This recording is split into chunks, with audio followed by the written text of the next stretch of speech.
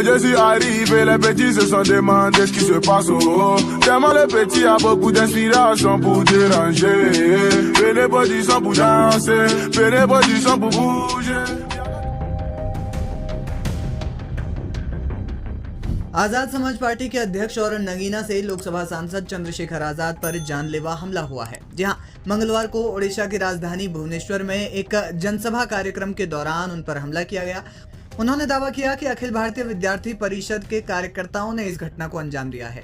बताया जा रहा है कि जनसभा के दौरान कार्यक्रम स्थल पर करीब 250 लोगों ने पथराव किया और पार्टी के कार्यकर्ताओं पर हमला किया। इस दौरान दर्जनों वाहनों को भी क्षतिग्रस्त किया गया।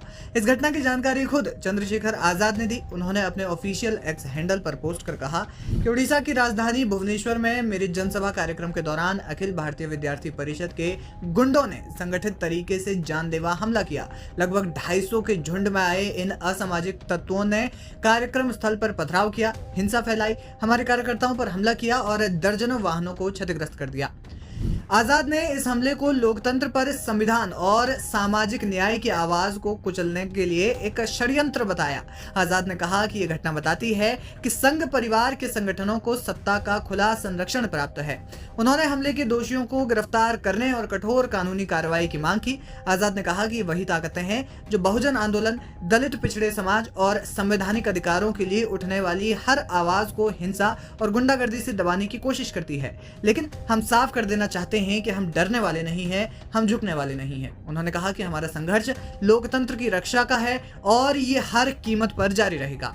आपको बता दें कि भुवनेश्वर में चंद्रशेखर आजाद ने पार्टी और भीम आर्मी से जुड़े कार्यकर्ताओं से संवाद किया। उन्होंने कहा कि उड़ीसा में पिछले कई सालों से भीम आर्मी का काम तेजी से जारी है। उन्होंने उड़ीसा में भीम आर्मी टीम को धन्यवाद दिया और कहा कि वे राज्य में जल्द ही आजाद समाज पार्टी को जमीन पर उतारने जा रहे हैं। पिछले 6-7 साल भीम आर्मी का काम और बिना आर्थिक साधनों के जिस तरह की ऐतिहासिक भीड़ जो है, संख्या बल कार्यकर्ता है, यहाँ की मैं पूरी प्रदेश की टीम का, भीम आर्मी का बहुत बहुत धन्यवाद करूंगा। जिले की टीम का भी, यहाँ हमारा 300 जिलों में संगठन है और मैं मानता हूं कि अब यहाँ आजाद समाज पार्टी को हम लोग जो है जमीन पर उतारने वाले हैं। सामाजिक कार्य हमारा चल रहा था, लेकिन पॉलिटिकल कार्य भी हमारा आगे बढ़ता रहे, क्योंकि हमारे इन लोगों को वोट भी देनी है। जब मजबूत संगठन यहाँ बन गया और इनको वोट भी देनी है भविष्य में, तो ये वोट भी अपनी पार्टी को दें, जिसके जरिए शक्ति बना के जो है लोगों की समस्याओं का हल करें। जो पॉलिसी मेकिंग होती है वो असेंबली में या पार्लियामेंट में होती है। जब तक ये चुन के नहीं जाएंगे और असेंबली या पार्लियामेंट का हिस्सा नहीं बनेंगे, तो जिस पॉलिसी पे हम लोग काम करना चाहते हैं वो कैसे पहुंचेगी। तो दलित, पिछड़े, आदिवासी, मुस्लिम और अन्य धार्मिक अल्पसंख्यकों के हितों की रक्षा के लिए आजाद समाज पार्टी को अब बहुत जल्द जो है यहाँ हम संगठनात्मक स्वरूप देने जा रहे हैं। आज उसी को लेके सम्मेलन था और आज रात में जो है शाम में हम लोग इसको संगठनात्मक रूप देके चर्चा करके और बहुत जल्द आजाद समाज पार्टी यहाँ धरातल पे काम करती दिखाई देगी और चुनाव में फाइट करेगी। अभी डिलिमिटेशन भी चल रहा है, डिलिमिटेशन इशू है जो साउथ स्टेट्स अपोज कर रहे हैं, उसके ऊपर आपको क्या है?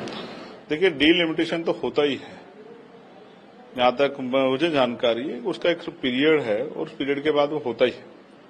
लास्ट जो है 2005-6 के करीब हुआ था और अब उसका समय आ गया है, वो होगा। और फिर बहुत सारी संख्या के आधार पर जो संख्या बढ़ी है उसके आधार पर सीटों का निर्धारण होगा, कहीं बढ़ेंगी कहीं घटेंगी।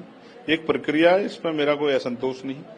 ठीक है, वो जो असंतोष कर रहे हैं उसके पीछे कोई कारण होगा, उनको भी सुनना चाहिए। मेरा हमेशा ये रहा है कि कानून को किसी के ऊपर थोपना चाहिए, उनके साथ संवाद करके जो है कि सब लोग सहयोग करके उसको जो है वो आगे बढ़ाएं। ऐसे जो है सरकार की मंशा होनी चाहिए। सीट कम रहा है तो इसलिए वो लोग विरोध कर रहे हैं साउथ में जो संसद। देखिए, अभी तो हुआ भी नहीं है, अभी तो हुआ भी नहीं है ना भाई। जब होगा तभी तो पता लगेगा क्या हो रहा है क्या नहीं हो रहा। और अगर किसी की चिंताएं हैं तो हो सकता है उनको समझते हो कि सरकार का रुख उनके प्रति अच्छा नहीं है। देखिए, सेंसस हो और उसके बाद डिलिमिटेशन हो और फिर ये सब चीजें जो हैं धरातल में आए और जिसकी इतनी संख्या भारी उसकी इतनी हिस्सेदारी के प्रारूप पे फॉर्मूला आगे बढ़े, तभी जाके सब कुछ ठीक हो पाएगा। और एक इशू है कि महाराष्ट्र में एक समाजवादी पार्टी का एमएलए ने ये बोला है कि औरंगजेब ने 52 ईयर्स यहीं पे रूल किए, तो हिंदू को मुस्लिम में कन्वर्ट करते तो और ज्यादा हिंदू मुस्लिम हो जाए। इस मामले में समाजवादी का ज्ञान कुछ ज्यादा हो सकता, मेरा नहीं है इतना। मैं लोगों के जनहित के मुद्दों की लड़ाई लड़ रहा हूँ और मैं उसको लड़ता रहूंगा। आजाद समाज पार्टी भीम आर्मी उसी पे काम कर रही है, संविधान के अनुरूप। उनके ऊपर एफआईआर भी दर्ज किया गया है ठीक है, वो महाराष्ट्र के लोग देखेंगे, महाराष्ट्र के लोग देख लेंगे उसको। जिसने जो बोला और जिस तरह से बोला उसको उसका फैसला कानून जो है, और महाराष्ट्र के लोग वो उन्होंने किस विजन से बोला है, उनके पीछे क्या उनका वो है, वो अपने आप जानते होंगे। मेरे पास इतना समय नहीं कि मैं इन चीजों पर ध्यान दूं। मैं अपना काम जो है, यहाँ हम उड़ीसा में है और कल हम लोग जो है दिल्ली पहुंच के वहां का काम करेंगे। और जिस तरह से दलित पिछड़ा पे अत्याचार हो रहा है, यहाँ भी आप देखो 27% आरक्षण का लाभ कहाँ मिल रहा है, 11.25 मिल रहा है।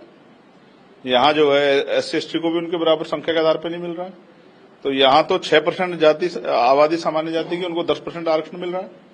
तो ये जो हिस्सादारी पे जो है कुठाराघात हो रहा है, हम उसके लिए SC/ST आयोग नहीं है, यहाँ OBC आयोग नहीं, अल्पसंख्यक आयोग नहीं है यहाँ।